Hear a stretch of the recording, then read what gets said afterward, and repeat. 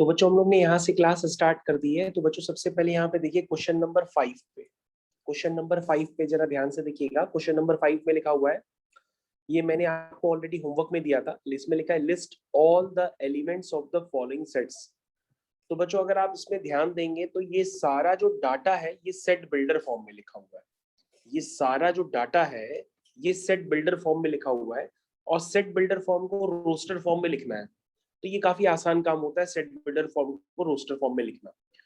तो सबसे पहले हम स्टेटमेंट्स पढ़ते हैं कि सेट बिल्डर फॉर्म में क्या क्या लिखे हैं। सबसे पहले सेट ए को रिप्रेजेंट किया गया और उसमें ब्रैकेट में लिखा हुआ है कि x is defined such that x is an odd natural number। तो बच्चों ऑड नेचुरल नंबर तो आप जानते ही हैं। तो ऑड नेचुरल नंबर कहाँ से स्टार्ट होंगे? 1 3 5 7 9 इस तरह से ये चलते चले जाएंगे। तो ये अनलिमिटेड है, इनका कोई एंड नहीं होगा। इसलिए हम इसको रोस्टर फॉर्म में तो रिप्रेजेंट कर ही सकते हैं, एज वेल एज हम एक टाइप ऑफ सेट होता है वो टाइप ऑफ सेट भी यहाँ पे बता सकते हैं। ये कैसा सेट है? ये एक इनफाइनाइट सेट है क्योंकि इसमें अनलिमिटेड नंबर ऑफ एलिमेंट्स आते चले जाएंगे। तो ऐसे सेट की वैरायटी भी होती है, उसको हम इनफाइनाइट सेट के नाम से भी जानते हैं। तो दिस इज इनफाइनाइट सेट। जो फर्स्ट पार्ट है वो इनफाइनाइट सेट को रिप्रेजेंट कर रहा है। उसके बाद बच्चों सेकंड वाले पार्ट की तरफ जाएंगे। उसमें लिखा है x is defined such that x is an integer, और वो जो इंटीजर है वो लाई करता है -12 से 9/2 के बीच में। तो बच्चों आप खुद बता सकते हैं, -12 का मतलब -0.5 होता है और 9/2 का मतलब 4.5 होता है। तो बच्चों आपके सामने ये देखिए नंबर लाइन पहले से ही बनी हुई है, आपकी स्क्रीन पे नंबर लाइन आपको क्लियर कट विजिबल है, आप चेक करिए। तो उसमें -0.5 से 4.5 के बीच में जितने भी इंटीजर्स हैं वो आपको लिखने। तो -0.5 के बाद 0 आएगा, फिर 1 आएगा, फिर 2 आएगा, फिर 3 आएगा, फिर 4 आएगा। इस तरह से बच्चों क्या आएंगे? इस तरह से आपके पास क्या आएगा?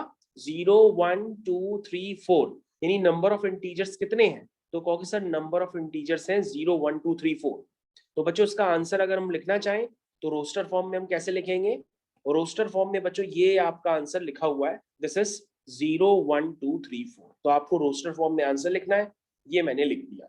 नंबर लाइन तो मैंने आपको समझाने के लिए बनाई है और कुछ भी नहीं। अब बच्चों हम लोग तीसरे आंसर की तरफ चलते हैं। तीसरा क्या लिखा हुआ है? लिखा है x is defined such that x is an integer, और एक ऐसा इंटीजर आपको लेना है जिसका square less than equal to 4 हो। तो आप क्या बता सकते हैं कि ऐसे हम कौन से इंटीजर्स लें जिनका square less than equal to 4 हो? तो पहले आपको इंटीजर्स पता होने चाहिए। इंटीजर्स क्या होते हैं? -5 -4 -3 0 1 2 3 लाइक दैट। लेकिन आपको ऐसे इंटीजर्स लेने हैं जिनका square less than equal to 4 हो। तो तुम कहोगे सर अगर हम -2 ले लेंगे तो -2 का स्क्वायर क्या होगा?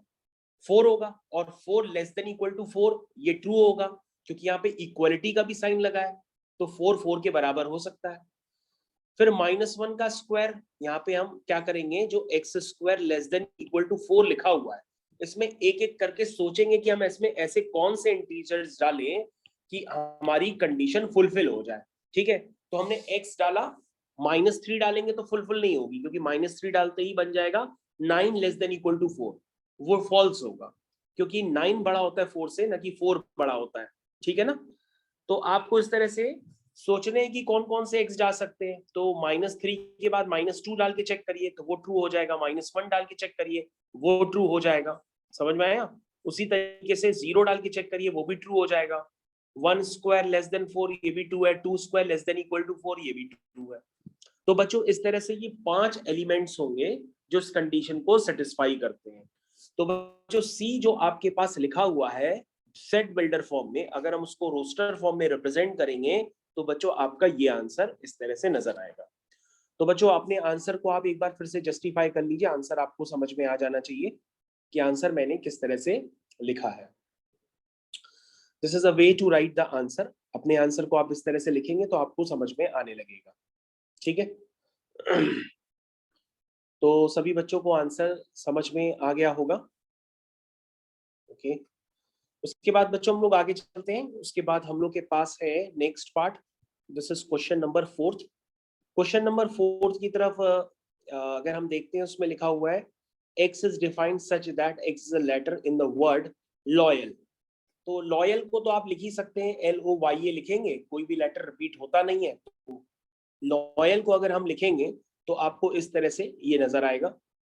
उसके बाद ई पार्ट है, ई पार्ट में लिखा है x is defined such that x is a month of a year not having 31 days, यानी आपको ऐसे मंथ के ईयर, सॉरी ऐसे ईयर्स जो मतलब जो ईयर में मंथ होते हैं, आपको ऐसे मंथ लिखने हैं जिसमें 31 डेज नहीं आते हैं।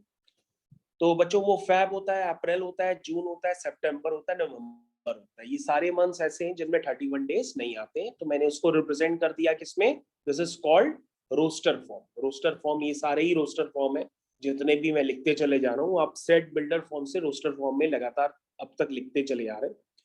उसके बाद बच्चों 6th पार्ट है वो होमवर्क का, वो मैंने आपको दिया था, मैंने लिखा था x is defined such that x is a consonant in the English alphabet which precedes k, यानी कि जो k से पहले आने वाले कॉन्सोनेंट है वो आपको लिखने हैं, उसमें वॉवल्स नहीं होने चाहिए। k से पहले आने वाले आपको सारे कॉन्सोनेंट लिखने हैं इंग्लिश अल्फाबेट के, उसमें वॉवल्स नहीं आने चाहिए। यानी a आएगा नहीं, b आ सकता है, c d e, समझ गए ना, e आएगा नहीं क्योंकि वो भी वॉवल होता है। तो अगर आप सारे कॉन्सोनेंट जो k से पहले आएंगे वो लिखेंगे तो ये आएंगे, कॉन्सोनेंट्स में वॉवल्स शामिल नहीं होते हैं। ठीक है, तो बच्चों 5th पार्ट आपको समझ में आ गया होगा। अगर आपने ये होमवर्क में अटेम्प्ट किया होगा, मैंने इसका आपका PDF फाइल भेजी थी, तो PDF फाइल में ये 5th क्वेश्चन था, तो उसको आपको एज अ होमवर्क करना था। अगर आपने किया होगा तो आपको समझ में आ गया होगा कि क्वेश्चन किस तरह से किया जाएगा। ठीक है बच्चों, समझ में आ गया। तो अब हम लोग आगे कंटिन्यू करते हैं, यहाँ तक होपफुली सभी को समझ में आ गया होगा। अब बच्चों हम लोग यहाँ पे कुछ डेफिनेशंस को फॉलो करेंगे और उन डेफिनेशंस को कंप्लीट करते चले जाएंगे। The first definition is the definition 1, जरा ध्यान दीजिए, आपकी स्क्रीन पे डेफिनेशंस है, लिखा है a set which does not contain any element is called the empty set और नल सेट और वॉइड सेट। तो बच्चों डेफिनेशन पढ़ के समझ में जरूर आ जाती है, लेकिन कई लोग उसको अप्लाई नहीं कर पाते। आपको ये जरूर याद रखना होगा कि अगर आप नल सेट को रिप्रेजेंट करते हैं तो नल सेट को रिप्रेजेंट करने के लिए आपको एक तरीका तो ये है कि आप कर्ली ब्रैकेट्स लगा करके उनको खाली छोड़ दो, उसके अंदर कुछ भी ना लिखो, तो ये रिप्रेजेंट करता है नल सेट को। नल सेट का रिप्रेजेंटेशन बहुत इंपॉर्टेंट है, जिसमें ज्यादातर बच्चे कंफ्यूज होते हैं। और नल सेट को रिप्रेजेंट हम लोग फाई से भी करते हैं, ये भी रिप्रेजेंटेशन है बच्चों आपका नल सेट का। ठीक है, लेकिन काफी दिनों बाद जब आप पढ़ाई करेंगे तो आपका ध्यान नहीं जाएगा, आप नल सेट को इस तरह से रिप्रेजेंट करेंगे। तो बच्चों मैं आपको बता दूं, this is the wrong interpretation, ये गलत माना जाएगा, ये नल सेट का रिप्रेजेंटेशन नहीं है। अगर आप इस तरह से लिखते हैं तो ये माना जाएगा ये एक सेट है जिसमें एक एलिमेंट है, उस एलिमेंट का नाम है फाई। क्या है? फाई। तो बच्चों फाई से सिर्फ अकेले ही लिखेंगे फाई, वही रिप्रेजेंट करेगा नल सेट, उसके ऊपर कर्ली ब्रैकेट्स लगाने की जरूरत नहीं है। अगर कर्ली ब्रैकेट्स लगा देंगे और उसके अंदर फाई लिखेंगे तो वो नल सेट नहीं कहलाएगा, बल्कि एक ऐसा सेट कहलाएगा जिसके अंदर एक एलिमेंट है फाई। तो बच्चों ये ग्रीक सिंबल होता है, इसको हम लोग फाई के नाम से जानते हैं, आप समझ गए होंगे, दिस इज कॉल्ड फाई। तो बच्चों मैंने इतनी देर में आपको ये समझा दिया कि नल सेट का रिप्रेजेंटेशन किस तरह से किया जाता है। नल सेट के रिप्रेजेंटेशन में कई सारे बच्चों के जवाब गलत हो जाते हैं। ओके, अब आप समझ गए होंगे। अब हम लोग आगे कंटिन्यू करते हैं, और आपको ये बात तो बताई दी कि एक ऐसा सेट जिसमें कोई भी एलिमेंट नहीं आता है तो उसको हम लोग नल सेट, एम्प्टी सेट या वॉइड सेट के नाम से जानते हैं। अब बच्चों हम लोग जो समझ चुके हैं उसको फिर से समझ लेते हैं। मैंने आपको बताया था फाइनाइट और इनफाइनाइट सेट, नाम से ही क्लियर है, तो इसको हालांकि समझाने की जरूरत नहीं है, लेकिन तो भी मैं आपको बता देता हूं कि what is finite and infinite set. तो बच्चों ध्यान से देखिए, यहाँ पे लिखा हुआ है अ सेट विच, ध्यान से देखिए, a set which is empty और consist of a definite number of elements is called finite set. तो बच्चों जो एम्प्टी सेट होगा वो भी एक फाइनाइट सेट होता है। ठीक है, जो एम्प्टी सेट होगा या कोई ऐसा सेट जिसमें डेफिनेट नंबर ऑफ एलिमेंट्स हो उसको हम लोग फाइनाइट सेट कहते हैं। लेकिन आपको ये भी ध्यान रखना होगा, जो एम्प्टी सेट होता है उसको भी फाइनाइट सेट की कैटेगरी में डालते हैं, लेकिन अगर ऐसा नहीं होगा तो आप अपने सेट को कहेंगे कि वो इनफाइनाइट सेट है। ठीक है, समझ में आ गया होगा आपको। उसके बाद बच्चों हम लोग आगे कंटिन्यू करते हैं दूसरे क्वेश्चंस की तरफ। तो यहाँ पे बच्चों अब हम लोग कुछ और बातें भी डिस्कशन में ला रहे हैं, जरा उसको ध्यान से देखिएगा। तो बच्चों देखिए जैसे यहाँ पे लिखा हुआ है इक्वल सेट। इक्वल सेट का मतलब क्या होता है बच्चों, ये आपको समझना पड़ेगा। जैसे लिखा है आपने, two sets A and B are said to be equal if they have exactly the same element. Exactly the same element. उनको हम लोग equal set कहते हैं. Otherwise sets are said to be unequal. We write that A is not equal to B. तो बच्चों अगर आप यहाँ पर एग्जाम्पल देखना चाहें तो यहाँ पे सेट A में 1 2 3 4 एलिमेंट है, दूसरा भी सेट B है उसमें भी 1 2 3 4 एलिमेंट लिखे हैं। और अगर आप ध्यान से देखें तो दोनों में नंबर ऑफ एलिमेंट्स जो है उनकी वैल्यूज भी सेम है। नंबर ऑफ एलिमेंट्स तो 4 4 है ही, लेकिन उनकी वैल्यूज भी सेम है। तो बच्चों जब वैल्यूज भी सेम होंगी तो उसको हम लोग कहते हैं कि हमारे सेट्स इक्वल है।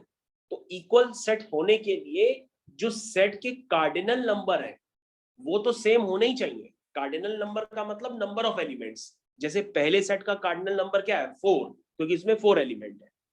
दूसरे सेट का कार्डिनल नंबर क्या है 4, क्योंकि इसमें 4 एलिमेंट है। लेकिन उन एलिमेंट्स की वैल्यूज भी सेम होनी चाहिए, तभी हम उनको इक्वल सेट्स कहेंगे। तो बच्चों ये बात आपको समझ में आनी चाहिए कि इक्वल सेट्स का मतलब उनके कार्डिनल नंबर मतलब नंबर ऑफ एलिमेंट्स भी सेम होने चाहिए, एज वेल एज उनकी वैल्यूज भी सेम होनी चाहिए। ये इसका मतलब होता है। तो तब हम सेट्स को क्या कहेंगे, इक्वल सेट्स कहेंगे। तो इक्वल सेट्स आपको समझ में आना चाहिए, क्योंकि आप फाइनाइट इनफाइनाइट तो काफी बार देख चुके हो, लेकिन इक्वल सेट्स कई जगह आप कंफ्यूज भी हो सकते हो। तो उसको हम लोग कहते हैं इक्वल सेट्स। अब बच्चों यहाँ पे कई सारे क्वेश्चंस दिए हैं, जब हम लोग क्वेश्चंस करेंगे तो क्वेश्चन से ही जान पहचान होगी कि हम लोगों को क्वेश्चंस करने कैसे। तो एक्सरसाइज 1.2 पहला क्वेश्चन है, पहले आप सोचिए किस तरह से होंगे, उसके बाद हम लोग अटेम्प्ट करते हैं।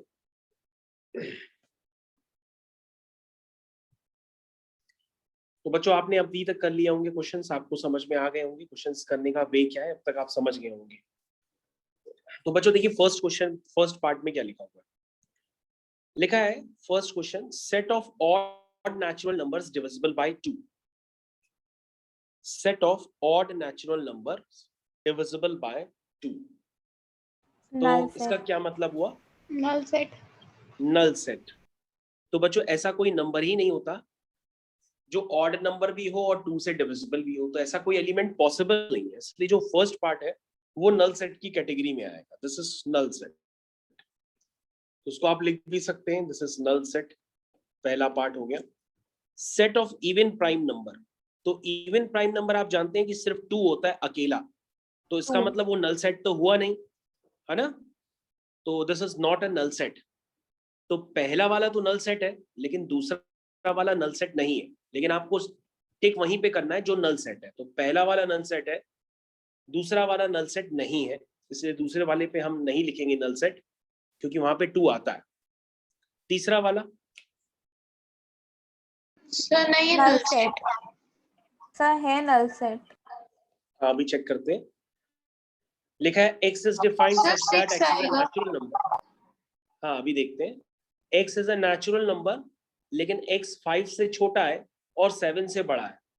तो बच्चों ध्यान से देखिए इसमें क्या लिखा है, थोड़ी यहाँ पर बात जरा ध्यान से समझिएगा।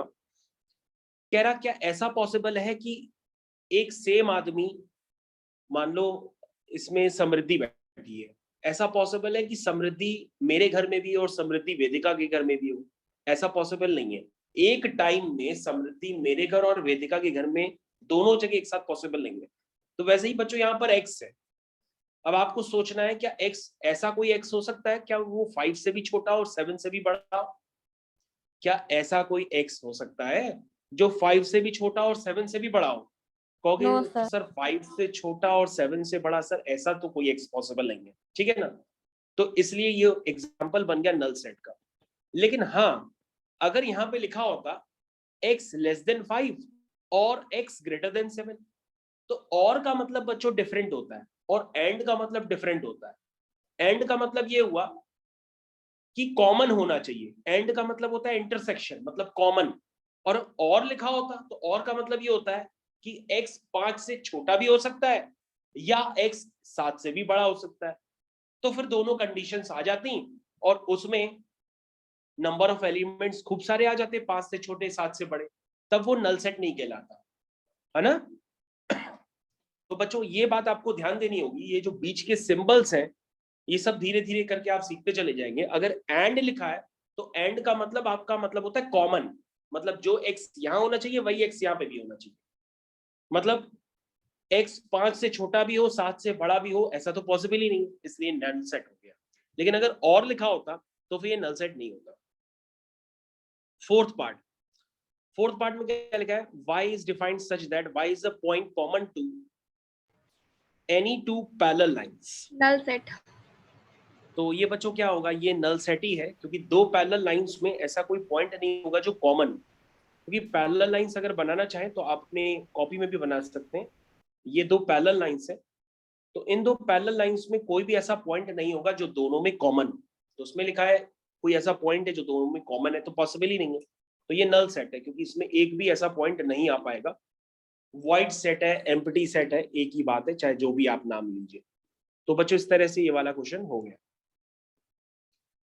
दूसरे क्वेश्चन पे ध्यान दीजिए बच्चों, लिखा है which of the following sets are finite और इनफाइनाइट। तो पहला क्वेश्चन है the set of month of a year. Finite. तो ये सभी बच्चे बता सकते हैं, कोई बहुत बड़ा काम नहीं है कि सर जहाँ पे यस बेटा। सर ये दोनों क्वेश्चन होमवर्क दे दीजिए, ये दोनों इजी है, कर लेंगे। हाँ बिल्कुल सही बात है। तो बच्चों आप लोग इसको कर लोगे 100%? यस सर, आराम यस से। सर। ओके, तो बच्चों यहाँ पर आप एक बार फिर से चेक कर लेते हैं क्वेश्चन नंबर 4 की तरफ। क्वेश्चन नंबर 4 भी आप कर लेंगे आई थिंक, क्वेश्चन नंबर 5 भी कर लेंगे, यस क्वेश्चन सर, कर नंबर लेंगे। 6 भी कर लेंगे, सर क्योंकि एक इनमें ऐसा कुछ खास नहीं है। हाँ क्या बेटा? सर ये वाली एक्सरसाइज हो जाएगी। हो जाएगी। ये बच्चों write down the heading subset and superset. क्या होते हैं सबसेट एंड सुपरसेट, पहले हम लोग वो समझ लेते हैं। बच्चों जैसा कि नाम से क्लियर है कि सबसेट, सबसेट का मतलब क्या होता है, जैसे कानपुर क्या है, कानपुर यूपी का एक सबसेट है। कानपुर क्या है, यूपी का एक पार्ट है। उसको मैथमेटिकल लैंग्वेज में कहते हैं कानपुर यूपी का एक सबसेट है, एक पार्ट है। और यूपी क्या है, यूपी कानपुर का सुपरसेट है। मेरी लैंग्वेज समझना, मैथमेटिक्स में कैसे कहेंगे, हम कहेंगे कानपुर जो है वो यूपी का पार्ट है, कानपुर यूपी का सबसेट है। लेकिन यूपी क्या है, वो कानपुर का सुपरसेट है। ये मतलब, तो ये मतलब होता है सबसेट एंड सुपरसेट का। अब इसमें कई तरह की कहानियां भी होती हैं जहां पे क्वेश्चंस गलत भी होते हैं, तो वो आप धीरे धीरे समझेंगे। तो बच्चों आपकी स्क्रीन पे सबसे पहले लिखा है सबसेट एंड सुपरसेट। इसमें आप जरा देखिए ध्यान से, पहले मैं रीड कर रहा हूं उसको आराम से। Let A and B be two sets, let A and B be two sets. ये डेफिनेशन जरा ध्यान से देखिएगा। If every element of A is an element, ध्यान से देखिएगा, if every element of A is an element of B then A is called a subset of B. ध्यान से देखो, अगर ए का हर एलिमेंट बी में मौजूद है, if every element of A is an element of B, then A is called a subset of B, and B is called a superset of A। यही तो मैंने आपको उतनी देर से बताया अभी कि कानपुर यूपी का सबसेट है, लेकिन यूपी क्या है, वो कानपुर का सुपरसेट है। लेकिन अगर हम उसको मैथमेटिकल लैंग्वेज में समझते हैं तो मैथमेटिकल लैंग्वेज में समझ में आ रहा है वो अब धीरे धीरे। If every element of A is an element of B, ठीक, if every element of A is an element of B, then A is called subset of B and B is called superset of। अब आप समझ गए होंगे। जैसे बच्चों example के लिए इसका सिंबल क्या बनाया जाता है वो बड़ा इंपॉर्टेंट है। उसका सिंबल होता है, ज्यादातर बच्चों को ये पता होता है कि अगर हम सबसेट का सिंबल बनाते हैं तो ज्यादातर बच्चे ये सिंबल बनाते हैं, this is called A subset of B. A is subset of B.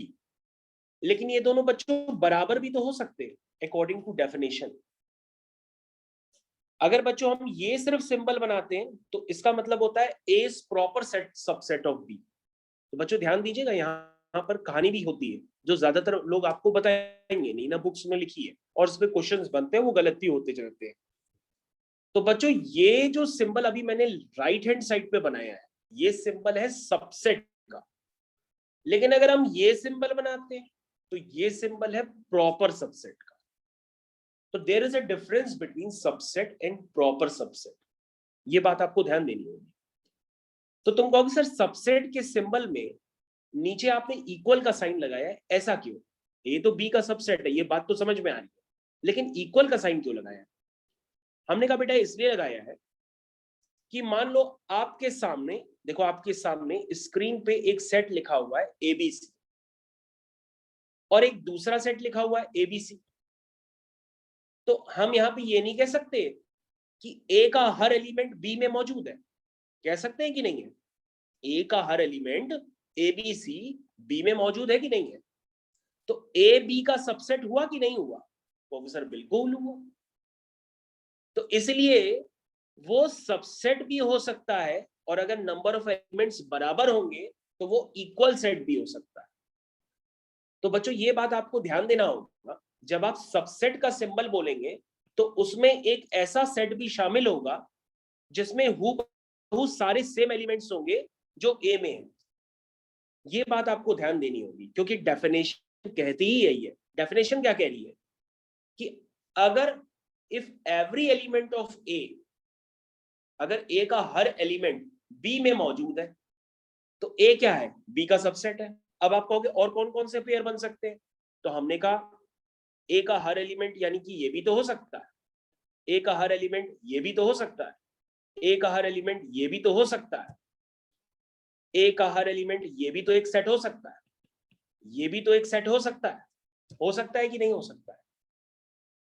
तो अगर हम ए के सबसेट बनाएंगे, बच्चों ध्यान दीजिएगा, आप ऐसा करिए ए के सबसेट जरा सारे बना के देख लीजिए। सभी बच्चे अपनी कॉपी में ए के सारे सबसेट बनाइए, कितने पॉसिबल है, यानी ए सेट से बनने वाले कितने सबसेट्स बन सकते हैं। तो तुमने कहा सर एक तो आपने ए लिखा है, एक बी लिखा है, एक सी लिखा है, एक ए बी लिखा है, एक बी सी लिखा है। सर एक सी ए भी हो सकता है ना? और क्या हो सकता है? एक ए बी सी भी हो सकता है।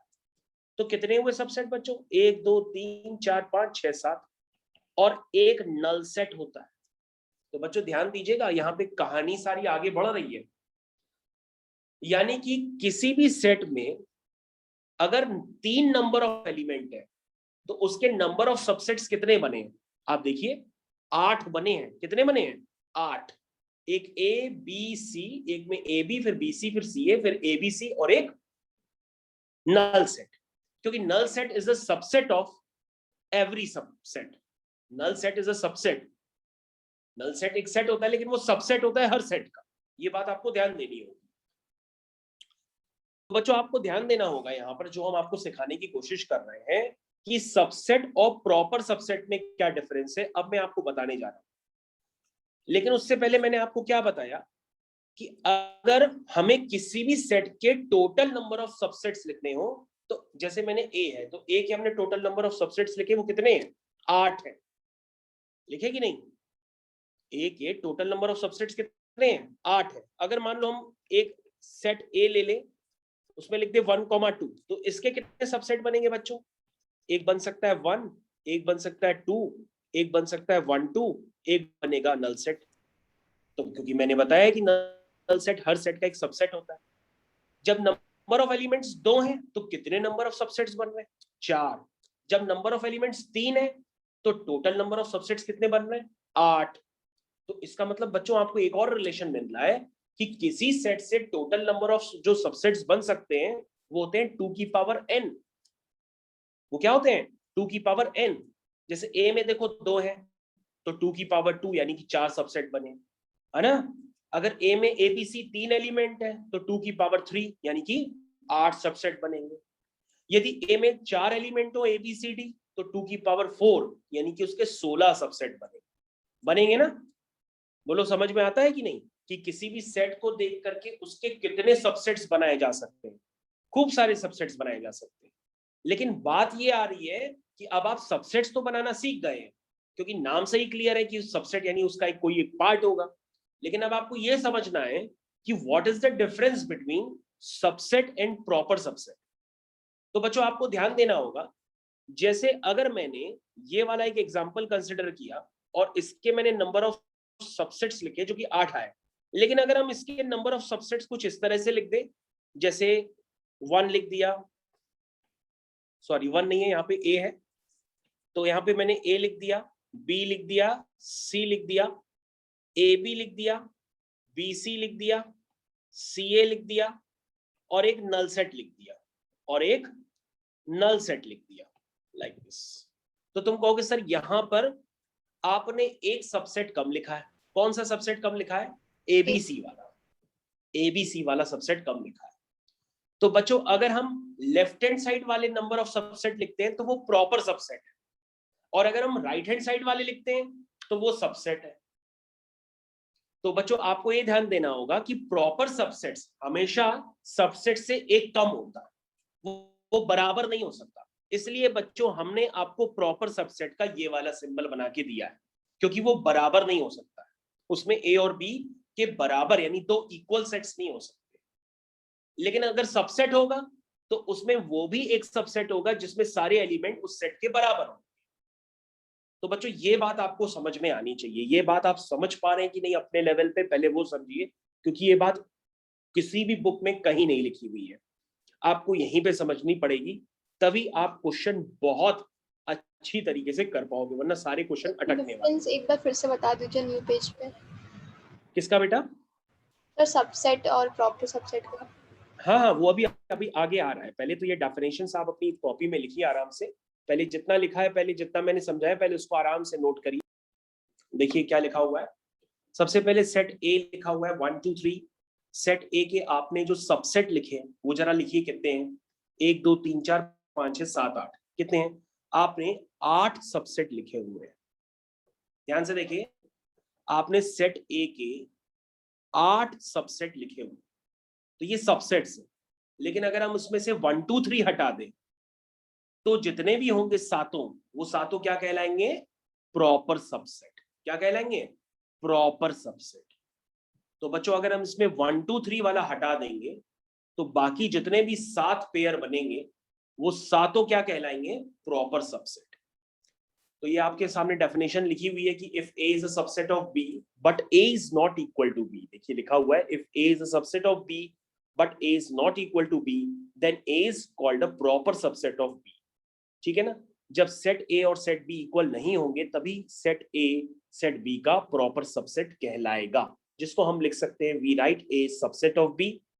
ठीक है, तो ये बात आपको समझ में आनी चाहिए। तो बच्चों अब आप प्रॉपर सबसेट सही ढंग से समझ गए होंगे कि प्रॉपर सबसेट में कुछ नहीं है, सिर्फ उसमें 1 2 3 जो होगा उसमें नहीं आएगा, यानी टोटल उसके 7 सबसेट बनेंगे, तो वो प्रॉपर सबसेट कहलाएंगे।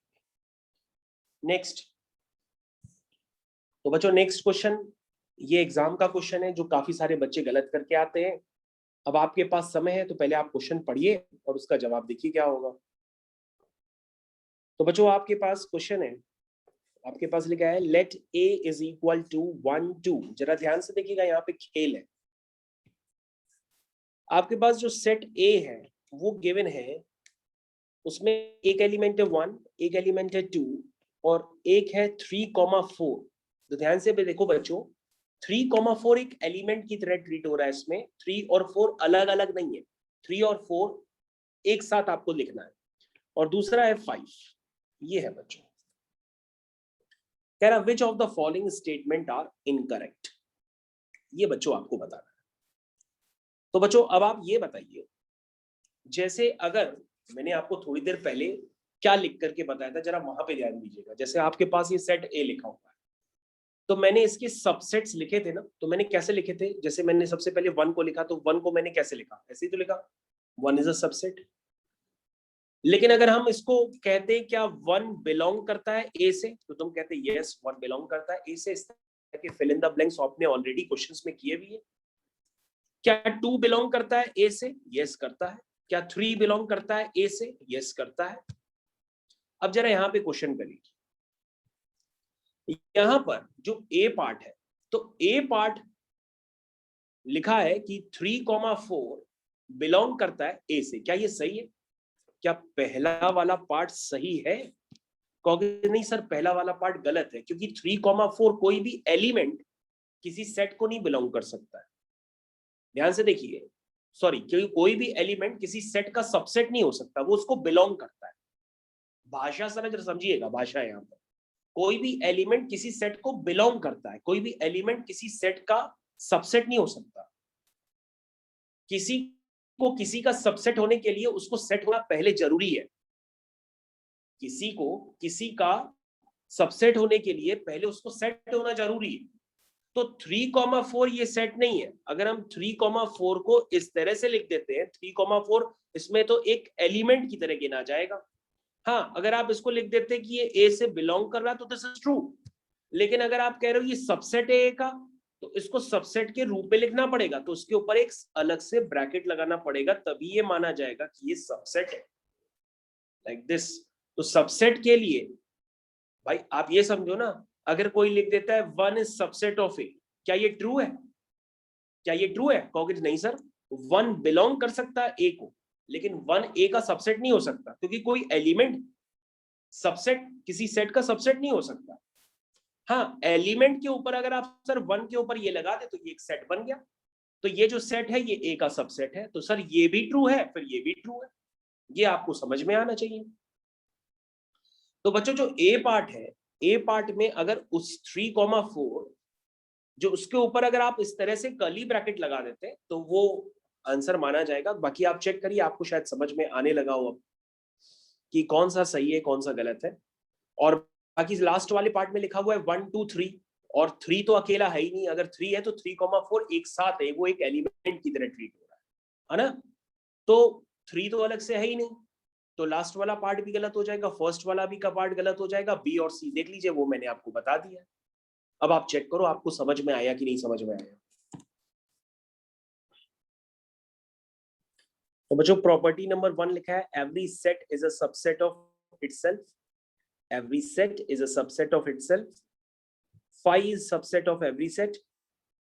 अगर ए बी का सबसेट है, बी ए का सबसेट है, तो ऐसा तभी पॉसिबल है जैसा कि समृद्धि ने बताया, जब ए इक्वल टू बी हो।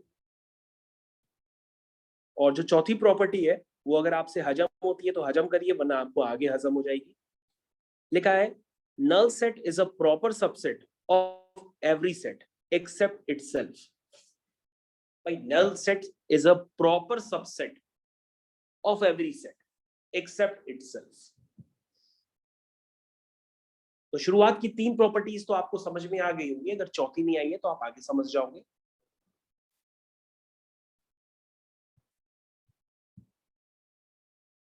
तो आई थिंक आप लोग ने प्रॉपर्टी लिख ली होगी, मैं फिर से रिपीट करता हूं। Every set is a subset of itself.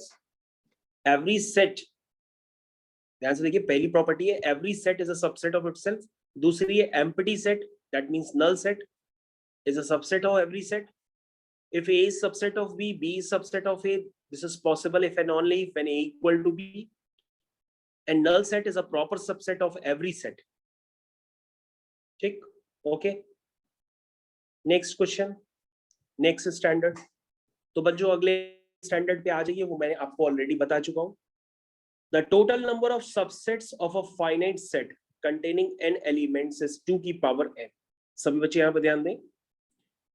Total number of subsets of a finite set containing n elements is 2 की पावर n. ये तो मैं आपको ऑलरेडी बता चुका हूँ ना कि अगर A में 3 एलिमेंट है तो उसके टोटल नंबर ऑफ सबसेट्स कितने बनेंगे? 2 की पावर 3, दैट मींस 8। और वो 8 मैंने आपको बना के भी दिए हैं, देखिए बगल में। और अगर 2 एलिमेंट होंगे तो 2 की पावर 2 यानी कि 4। समझ गए आप? तो किसी सेट के कितने सबसेट्स बन सकते हैं ये तो आपको पता ही है, तो ये काफी आसान काम है आपके लिए। तो बच्चों next result is the number of proper subset of a set having n element is 2 की पावर n माइनस 1। क्योंकि मैं आपको ये स्टार्टिंग में एक्सप्लेन कर चुका था, अगर लास्ट वाला पेयर एबीसी अगर आप हटा देते हैं टोटल नंबर ऑफ सबसेट्स से, तो जो भी आपके पास 7 सबसेट बनेंगे वो प्रॉपर सबसेट कहलाएंगे। ठीक है, तो बच्चों आपके पास नेक्स्ट क्वेश्चन है। आपके सामने बच्चों क्वेश्चन है, the number of non empty subset of a set is 1 2 3 4। तो बच्चों आपको बताया गया है कि किसी सेट के जो टोटल नंबर ऑफ सबसेट्स बनेंगे वो 2 की पावर 4 होंगे, दैट मींस 16। लेकिन आपको नॉन एम्प्टी सबसेट्स लिखने हैं, तो नॉन एम्प्टी सबसेट्स आप किस तरह से लिखेंगे? उसमें आपको एक माइनस करना पड़ेगा 16 में। क्योंकि 16 जो आपके पास सबसेट होंगे उसमें एक नल सेट भी होगा। नल सेट कैसा है? एम्प्टी है, एम्प्टी सबसेट्स, तो उसको आपको हटाना है क्योंकि आपको नॉन एम्प्टी सबसेट लिखने हैं। तो आपका आंसर हो जाएगा 50। क्वेश्चन इज वेरी इजी, अगर कोई प्रॉब्लम है तो आप पूछ सकते हैं।